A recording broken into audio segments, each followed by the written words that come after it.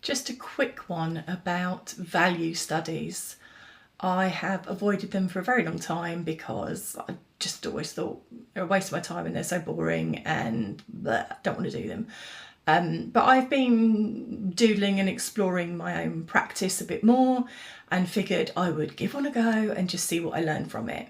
So I just took stills of the pictures, made them into black and white. I actually used just one colour of pink for all of them, and made them into black and white so you can see what I was looking at. So if you also were thinking, ugh, value, who cares, don't want to do it, I was quite impressed by how much of a difference it makes to the strength of my painting.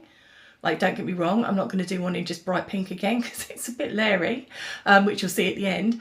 But it was really useful to just see if you add this, if you do that, just some little changes can make a real big difference to how a person's eye, in theory, would walk around the painting. So the painting is not the best, it's not a proper composition. I was playing with some negative painting and shapes and stuff as well while I was doing it. Why not combine a whole load of things I don't want to do in one, and just see where it got to. So I'll try and walk through and explain each little change because some of them are quite small. So we'll rest on the picture and we'll have a look together. And just if you were thinking about whether it's worth doing, or you've watched videos about value studies and they all just look a bit intense, like, oh, do a grid, do 9 of them, do this, do that, like just do one.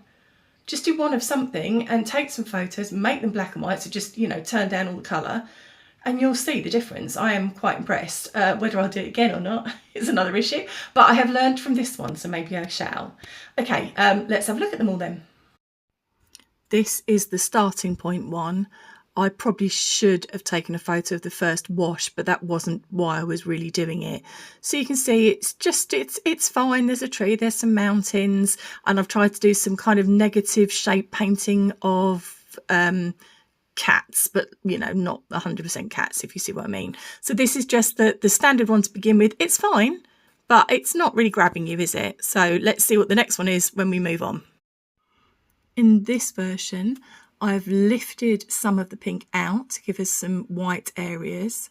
I have splattered some paint in between the two mountain tops, which you should be able to see, just to add some visual interest. And I have also slightly strengthened up the cats, although not too much.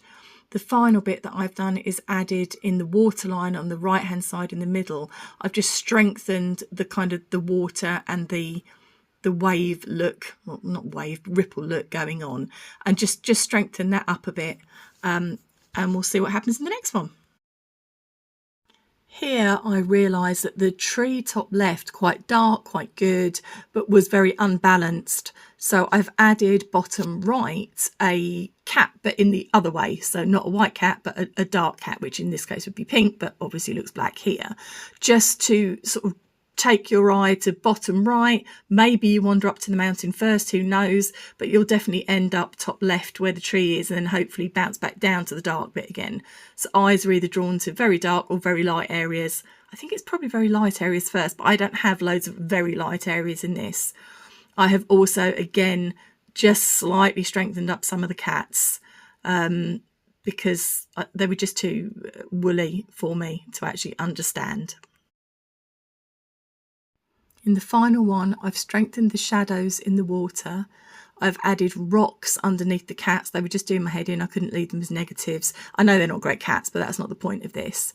And I've strengthened the tree shadow as well as the mountain shadow. I also strengthened just the mountain tops a wee bit, just to give back their shape again, I guess, more than anything.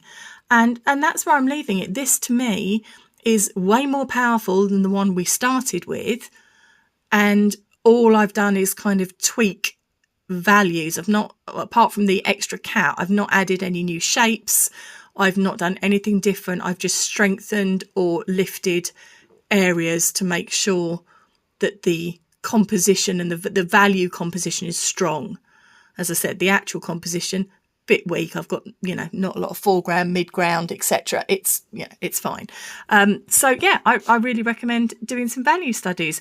Enjoy them now in their bright, beautiful pink that they were done in, and yeah, feedback.